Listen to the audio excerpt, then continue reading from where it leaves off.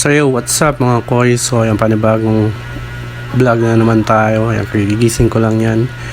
And hapon na yan siya. So magpe-prepare na ako kasi magluluto tayo mamaya. At ayan, magtututbrush muna tayo syempre bago tayo gising. Linis tayo ng ating bibig, chares. At syempre pagtapos natin mag-toothbrush, maghihilamos din tayo niyan kasi kagigising lang natin.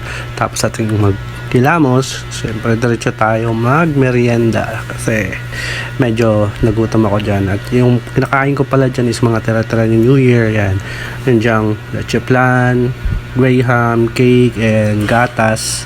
Kaya mga tira-tira sa New Year. So time check, 5:17 na ng hapon. So almost going to dinner na yan. So magpe-prepare na ako dito ng karne na binili natin kanina sa market. Di ko pa talaga alam kung anong gagawin dito o anong lulutuin natin gagawin, pero magpe-prepare na ako dito ng bawang at saka sibuyas. And yung sibuyas natin, hiwa na rin tayo yan. Well, kahit hindi natin alam kung anong lulutuin dyan, pero at least ito yung pinaka main ingredient dito. At syempre dapat hugasan natin yung karne para mawala yung anish-anish yan. Ayan, shake it natin yan. Pak.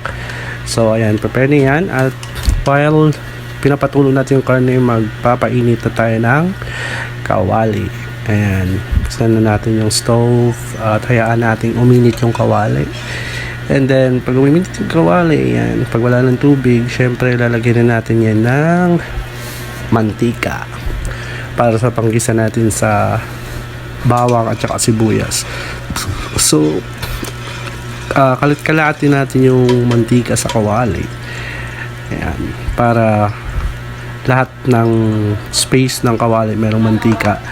At after nyan, pag mainit na konti yung mantika, ilagay na natin dyan yung bawang.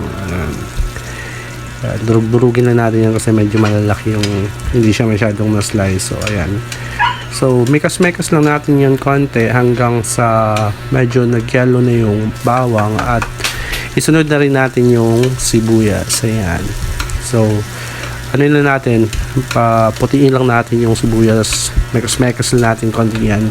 And then kapag naluto na siya, kapag nakita nyo na medyo white na yung sibuyas, so lagay na natin ng karne syempre. So ayan, so mekas lang din yung karne dyan hanggang sa mag brown siya, diba? Mukhang adobo, kala mo nilagyan na ng toyo, pero wala ka, pure lang yan siya guys. Karne at saka sibuyas at saka bawang, wala ko pa nalagyan ng condiments or ano dyan. Ayan, lalagyan na natin siya ng butter. Gaya ng sinabi ko kanina, hindi ko pa alam kung anong luto yung gagawin natin, so trip ko lang lagyan ng butter. So may butter naman tayo. Ayan, lagyan natin ng butter and then magic sarap syempre, baka naman magic sarap. Ayan, pag malagyan na natin mga magic syrup, lagyan din natin ng konting paminta, yung pamintang durog.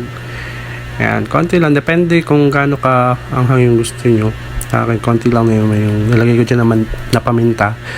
So again, mekus-mekus yan, mga insulin, mekus-mekus, para magsalo-salo yung mga ingredient sa inyong karne. So, ayan, while mekus-mekus, ayan, mekus natin yan.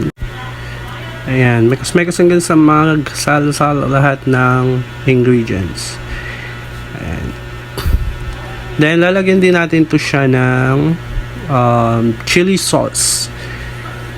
UFC, baki naman. Ayan, lagyan natin. Hindi ko rin talaga alam kung anong tawag dito sa niluto ko guys. Tatawagin ko na ito siyang buttered pork with chili soy sauce. Chares! And so nilagay ko rin yan konting toyo para, wala lang, hindi ko rin alam kung bakit, para trip ko lang ilagay. Ganyan naman pa magluluto, diba? Dapat, you know, mag-experiment ka rin kahit paano. Nilagay ko rin yung konting asukal dyan, diba? Kung ano nilagay ko, pero tell you guys, yung last niyan sobrang sarap pa rin. Hindi ko lang talaga alam kung anong tawag sa luto na to. So yan, after natin malagyan ng chili sauce and then sugar, i-mekos natin ulit yan hanggang sa maghalo ulit yung chili sauce at saka yung asukal. Ayan, halo na natin yan, mekos po rin insan. Ayan, Promise, masarap yan guys. Hindi ko nga alam kung bakit ganun yung lasa niya eh. Pero panalo yung lasa niya kahit salo-salo yung ingredients na nilagay natin. Mukha siyang adobo pero hindi siya lasang adobo, mukha lang talaga siyang adobo. Yan, mekos-mekos natin yan, and syempre after mekos-mekos, mag-plating na tayo. Ayan, kita nyo diba, para siyang adobo pero adobo na pinatuyuan. Hindi. So yun, syempre after natin mamekos-mekos na matindihan, kailangan natin tikman para malaman natin kung ano talaga ang lasa ng ating niluto. Mukhang masarap naman talaga siya guys. Promise, sa dami na nilagay natin, sobrang sarap. Kain mo na ako guys, and thank you sa panonood. Salamat sa panonood!